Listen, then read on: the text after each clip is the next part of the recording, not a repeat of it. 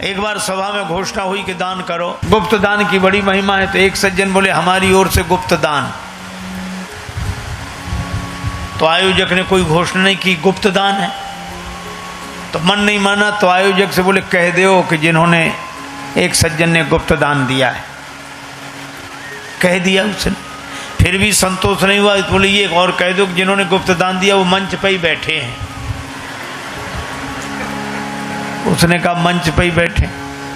तो बोले नहीं, ऐसे कहो कि इस मंच पे बाईं तरफ तीसरे नंबर पर बैठे, ये गुप्त दान। खैर घोषणा करके गए। दूसरे दिन लोग उनके घर गए, उन्होंने चेक दे दिया, हाँ जाओ। बैंक में गए, बैंक वाले ने मना किया, मिल ही नहीं सकता। क्यों? बोले इसमें हस्ताक्षर तो है ही नहीं।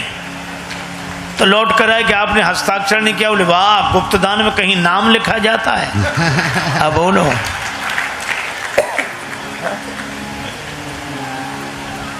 एक आदमी से कहा कि तुम भी दान करो। सो बोला दान, हाँ सब दे रहे हैं, हमारा देना कोई जरूरी है क्या? नहीं नहीं, तुम भी दो। बोले अभी कौन मर रहे हैं? कई लोग इसीलिए बैठे रहते हैं, अभी कौन मर रहे हैं। फिर जब मरने लगेंगे तब दान करेंगे, मरने लगेंगे तब दान करेंगे। वो तब के लिए क्यों बैठे हो? बोले इसलिए, तभी दान करेंगे। इधर दिया उधर पहुंचे, इधर दिया उधर पहुंचे, अभी से दे दें, हिसाब किताब गड़बड़ हो जाए, फाइल इधर की उधर हो जाए, उसी समय ठीक रहेगा। लोग हंसते थे, तब दे पाओगे? क्यों नहीं, इतना तो हमने अपने हाथ में कर रखा है। अच्छा, कई लोग कहते वो तो हमारे हाथ में, उनकी चिंता मत करो, ये तो हमारे हाथ में। मैं कहता हूँ भगवान की कृपा से आपके हाथ में सब कुछ रहे, लेकिन कभी आपने सोचा क्या आपका हाथ आपके हाथ में है? उस व्यक्ति ने मकान की दीवार तुड़वा कर धन रखवा दिया, ऊपर से सीमेंटेड करा दिया कि जब मौका लगेगा निकाल कर दान दे देंगे। मित्र कहते क्यों? हमारे हाथ में। बुढ़ापा आया, अरे हमारे हाथ में। एक दिन भगवान की ऐसी लीला, ऐसी बीमारी हुई उसे, हाथ चले नहीं और मुंह से बोल ना पावे। मित्रों ने कहा बड़े दुख की बात है, कहाँ है वो धन तुम्हारे हाथ से दान करा दें। सो दीवाल की तरफ ऐसे इशारा करे, ऐसे, उसका मतलब दीवाल से खोद कर निकाल ले और दान करा दो। वो ऐसे ऐसे करे, ऐसे। मित्र समझ ना पाए, पर उसके बेटों को सब पता था।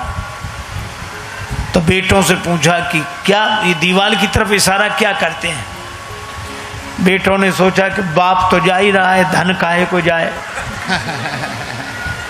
सब बेटे बड़े रुआ से होकर बोले कि पिताजी ये कह रहे हैं कि देने के लिए बचा कहाँ है, जो था सब इसमें लग गया, इसमें लग गया, इसमें काम नहीं आ सका।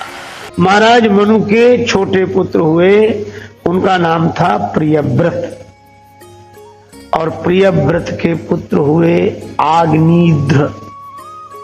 आग्निध्र के पुत्र हुए महाराज नाभि, और महाराज नाभि के पुत्र हुए महाराज ऋषभदेव। यह परंपरा है। महाराज मनु, मनु से प्रियव्रत, प्रियव्रत से आग्निध्र, आग्निध्र के नाभि, नाभि के ऋषभदेव। ऋषभदेव को भगवान का अवतार, अंशावतार माना जाता है। अब देखो इन कथाओं में कैसी संगति है। राम कथा के अनुसार भी महाराज मनु की परंपरा में भगवान का अवतार हुआ। मनु जी ही दशरथ जी बने, दशरथ जी के घर राम जी। और श्रीमद् भागवत की कथा परंपरा में भी भगवान ऋषभदेव का अवतार महाराज मनु की परंपरा में हुआ। इससे आध्यात्मिक संदेश यह मिलता है कि मनुष्य को भगवत प्राप्ति हो सकती है, मनुष्य भगवत प्राप्ति का अधिकारी है, मानव को भगवान मिल सकते हैं। अब इन ऋषभ देव जी के 100 पुत्र हुए। उन 100 पुत्रों में जो सबसे ज्येष्ठ थे उनका नाम था श्री भरत। नारायण परायण। महाराज भरत के मन में वैराग्य हुआ और वे राज्य का त्याग करके गंडकी नदी के किनारे एकांत अरण्य में वास करके तपश्चर्या करने लगे। महात्मा भरत ने हिरण का चिंतन किया तो उन्हें अगले जन्म में हिरण ही होना पड़ा। तो यह तो दुर्भाग्यपूर्ण पक्ष है, लेकिन एक मैं आपसे निवेदन करूं, भगवान के भजन की सबसे बड़ी विशेषता है भजन व्यर्थ नहीं जाता। भगवान का भजन व्यर्थ नहीं जाता। अच्छा, और अगर आप भटक जाएं भजन करते करते, उस रास्ते को छोड़कर दूसरी दिशा में चले भी जाएं, तो वो जितना किया है वह भी बेकार नहीं जाता। यह ऐसा नहीं है कि अंत में छोड़ दिया तो सारा समाप्त हो गया। यही इसकी विशेषता है। आपने जितना किया है उतना तो रहेगा ही।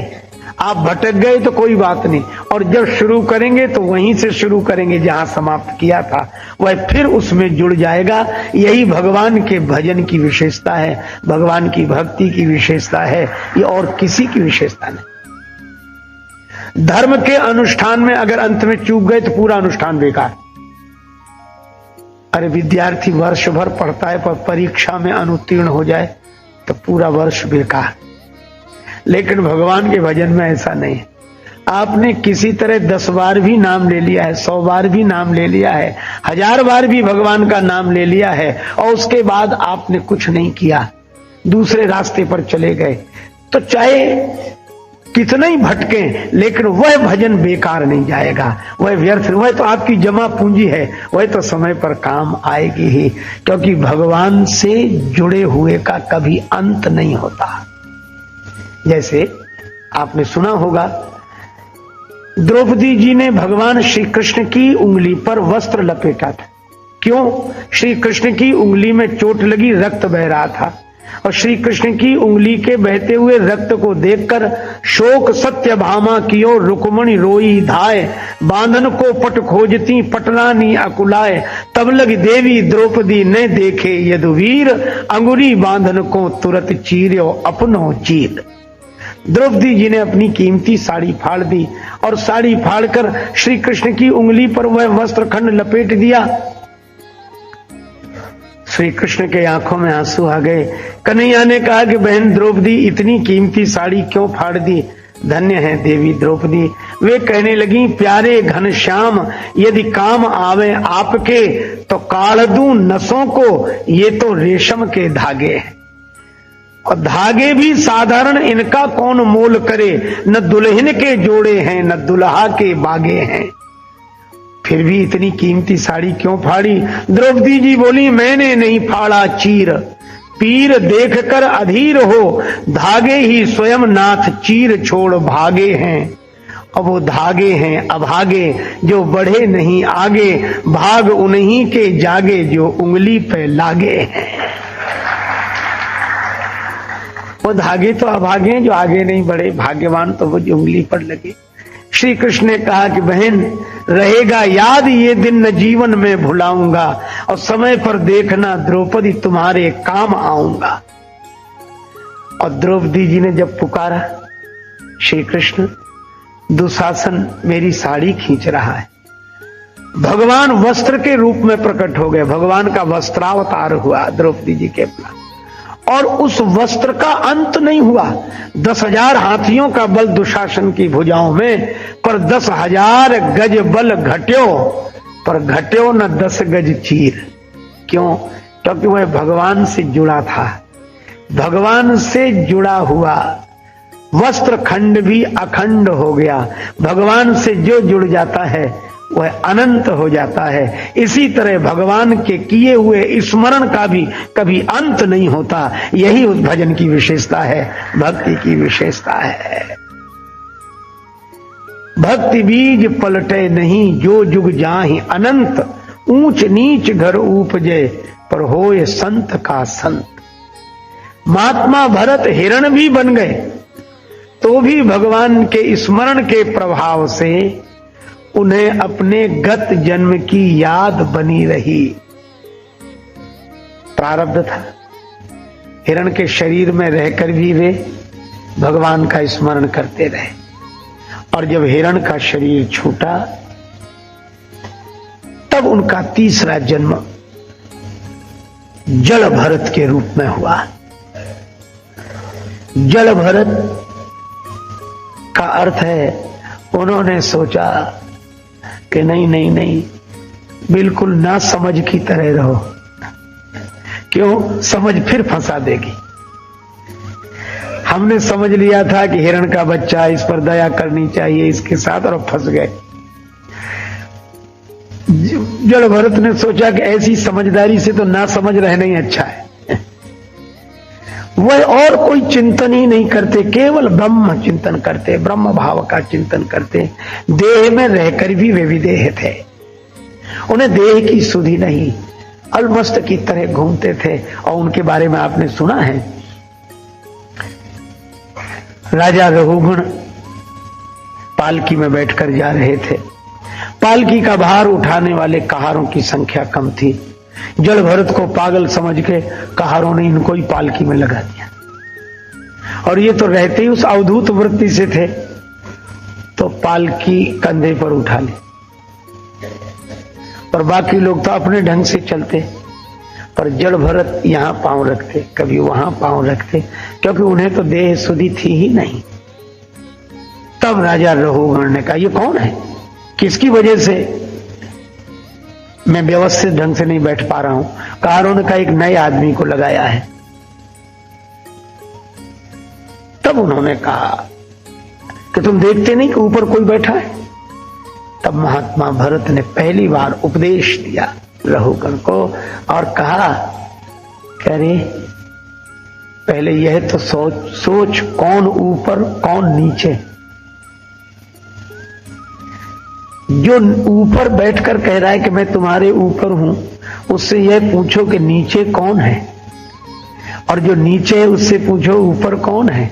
ये ऊपर नीचे का भेद तो अज्ञानियों का भेद है। ज्ञान की दृष्टि से वह न ऊपर है न नीचे है। क्यों? ऊपर कहें तो नीचे कौन है, नीचे कहें तो ऊपर कौन है, और निराकार कहें तो साकार कौन है, साकार कहे तो निराकार कौन है, पास कहें तो दूर कौन है, दूर कहें तो पास कौन है। अविगति की गति कहत न आवे।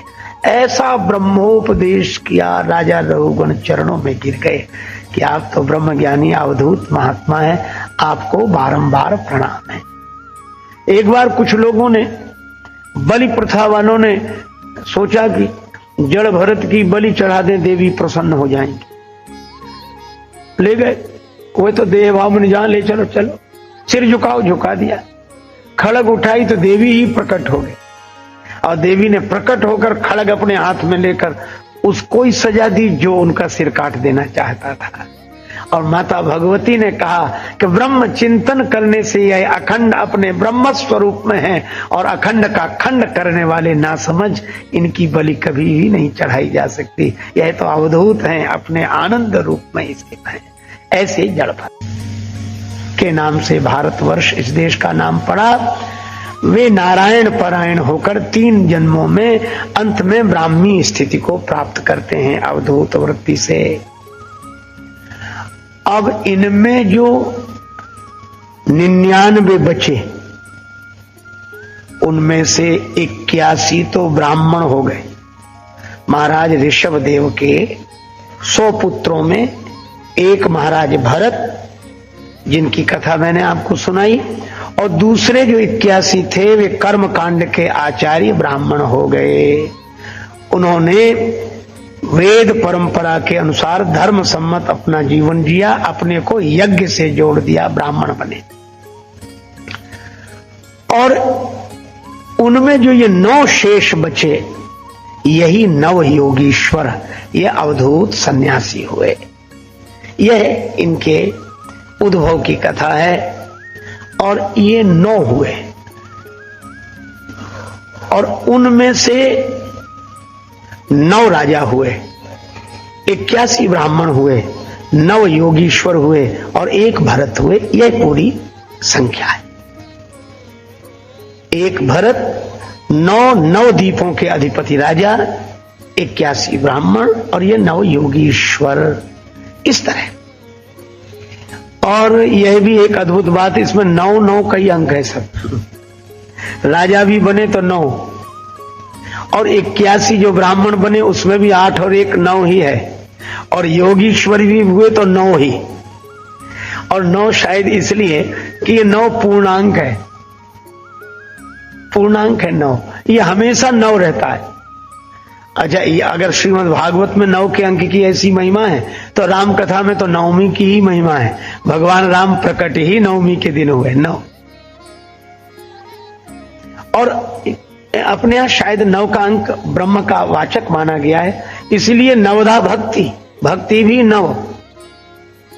और श्रीमद् भागवत में भी जो भक्ति है वह भी नवधा भक्ति। श्रवणम कीर्तनम विष्णु स्मरणम पाद सेवनम अर्चनम वंदनम दास्यम सख्यम आत्म निवेदनम। क्योंकि 9 का अर्थ ये 9 जो नित्य नूतन रहे, नया ही रहे, कभी पुराना ही ना पड़े, यह पूर्णांक है। अच्छा, 9 में चाहे पढ़कर अगर हम लोग विचार करके देखें, ये 9 ही रहता है। जब गणित के ढंग से पहाड़े पढ़ाए जाते हैं उसमें 9 का जो पहाड़ा आता है, यह एकमात्र ऐसा है कि जिसके हर संख्या का अंक 9 है। 9 एकम 9, 9 दूने 18, तो 8 1 9, 9 3 27, तो 7 2 9, 9 चौको 36, तो 6 3 9, 9 पुनः 45, तो 5 4 9, 9 6 54, तो 4 5 9, 9 7 63, तो 6 3 9, और 9 8 72, तो 7 2 9, 9 9 81, तो 1 8 9, और 9 10 90 रहेगा 9। और किसी पहाड़े में ऐसा नहीं होगा। ये 9 का अंक, इसीलिए तुलसीदास जी ने 9 के अंक की महिमा कही। तुलसी प्रीत रघुवीर सो, क्यों नहीं करत निसंक, घटे न बढ़े रहे एक रस, जैसे 9 को अंक। ऐसे जैसे 9 का अंक न घटता है न बढ़ता है, एक रस रहता है।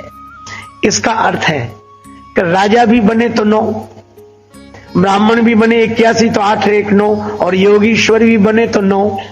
इसका अर्थ अब 3 हुए। ये राजा बनने वाले 9, ब्राह्मण भी 9, और यह ज्ञानी। कितना बढ़िया संकेत है कि हमारा आपका जीवन चाहे तो व्यवहारिक कर्म के अंतर्गत हो और चाहे धर्म के अंतर्गत हो, यज्ञ इत्यादि से जुड़ा हुआ, और चाहे उस अवधूत वृत्ति में परमात्मा के भाव से जुड़ा हो।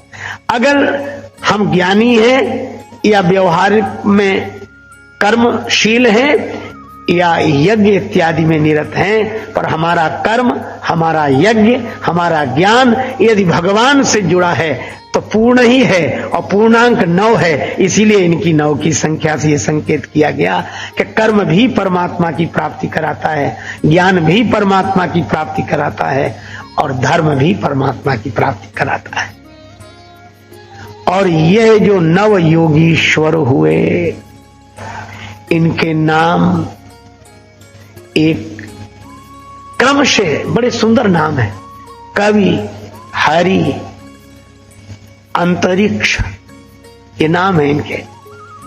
कवि, हरि, अंतरिक्ष और प्रबुद्ध, पिप्पलायन, आविर्होत्र, द्रुमिल, चमस और करभाजन, ये 9 योगीश्वर, इनके नाम बड़े अच्छे अच्छे। करभाजन, देखो नाम से ही वैराग्य का भाव मन में आ जाता है। करभाजन का अर्थ क्या है कि जिसने अपने हाथों को ही पात्र बना रखा है, करभाजन, कर पात्र, कर ही जिसका पात्र हो, हाथ पर। बस फकीरी जिसको भाई है, अमीरी त्याग देता है। मिले जो खुश्क रोटी है, बदन पे एक लंगोटी है। तजी सब बात खोटी है, अमीरी त्याग देता है। शिला की सेज प्यारी है, सोता कहां है? जिस भूमि पर सो गए वही बिस्तर है। एक महात्मा से किसी ने पूछा कि बाबा बिछाने को नहीं, ओढ़ने को नहीं, कहां रहते हो, कैसे करते हो? महात्मा बोले सब कुछ है हमारे पास, जमीन पर लेट जाते हैं, सिराने हाथ रखते हैं, और हम तो अपना बिस्तर तकिया हमेशा साथ रखते हैं। शिला की सेज प्यारी है, करों की शुद्ध थारी है। हाथ ही थाली, पात इसी में दे, कर पात्र। करों की शुद्ध थारी है, शिला की सेज प्यारी है। सरहना अपने हाथों का, अमीरी त्याग देता है। फकीरी जिसको भाई है, अमीरी त्याग देता है। अत्यंत अपरिग्रही इन नौ योगीश्वरों का वर्णन करते हुए श्रीमद् भागवत में कहा गया कि दिशाएं ही इनके वस्त्र हैं। दिगंबर विचरेद असंगः, असंग भाव से विचरण करते हैं।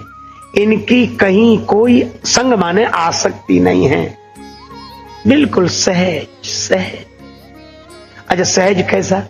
जैसे आपने देखा होगा कि सूखा पत्ता वृक्ष से नीचे गिर जाए, उसकी अपनी कोई इच्छा नहीं थी, हवा जिधर ले जाए, उड़ा दे तो उड़ गया, नीचे गिरा दे तो गिर गया। सूखा पत्ता ज्यों फिरे, वायु के संबंध और देह क्रिया प्रारब्ध से मुझे न लागे बंध। यह कर पात्र, कर भाजन, इनके नामों में अर्थ छिपे हैं ऐसी। अच्छा त्याग ही नहीं, वैराग्य। त्याग है पर त्याग का अभिमान नहीं है। अच्छा ये नौ इकट्ठे रहते हैं, नौ के नौ इकट्ठे रहते हैं, साथ साथ घूमते हैं, मुश्किल है। इस प्रसंग से यह भी उपदेश मिलता है, साधुओं का इकट्ठा रहना बहुत मुश्किल।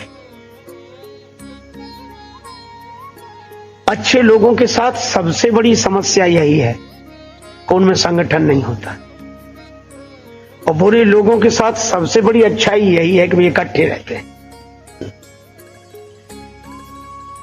आप अनुभव करते होंगे, चार शराबी, चार जुआरी बड़े प्रेम से इकट्ठे रह लेते, ढूंढ ढूंढ कर बुला लेते कि आओ यहीं रहो। पर इस युग में चार साधुओं को इकट्ठा रख ले, वो इकट्ठे रह भी जाए तो एक नहीं हो सकते। क्यों? मैं कभी कभी सोचता था कि ऐसा क्यों होता है। आज एक आदमी दूसरे को नहीं सह पा रहा, बात क्या है? देखो मुझे स्मरण आया पूज्यपाद पंडित श्री राम किंकर जी महाराज की अद्भुत व्याख्या का। श्री राम कथा के अप्रतिम और यशस्वी एकमात्र आध्यात्मिक कथाकार, हम सबके आचार्य, वो कहा करते थे कि राम जी का रावण से झगड़ा बाद में हुआ, परशुराम जी से पहले हो गया। अच्छा रावण बुरा है, राम जी अच्छे हैं, तो अच्छाई बुराई का झगड़ा तो समझ में आता है, पर राम जी भी भगवान और परशुराम जी भी भगवान, ही भगवान भगवान का झगड़ा। अच्छा और देखा जाए तो दोनों ही राम, परशुराम जी का नाम भी राम है और राम जी का नाम भी राम है, पर परशुराम जी ने जो परशु पकड़ लिया तो परशुराम हो गए। और नाम रखने की यही शैली होती तो राम जी भी कह सकते थे कि तुम परशुराम तो हम धनुष राम, हमारे पास धनुष है। अच्छा, और तुलसीदास जी ने उपमा भी दोनों को एक ही दी। आयु रघुकुल, आयु भृगुकुल कमल पतंगा। परशुराम जी भी सूर्य हैं और राम जी भी उदित उदयगिरी मंच पर रघुवर बाल पतंग। राम जी भी सूर्य हैं। ये सूर्य का झगड़ा, दोनों प्रकाश देने वाले हैं, तो दोनों प्रकाश देने वालों के बीच में झगड़ा क्यों? और कितनी अच्छी बात है।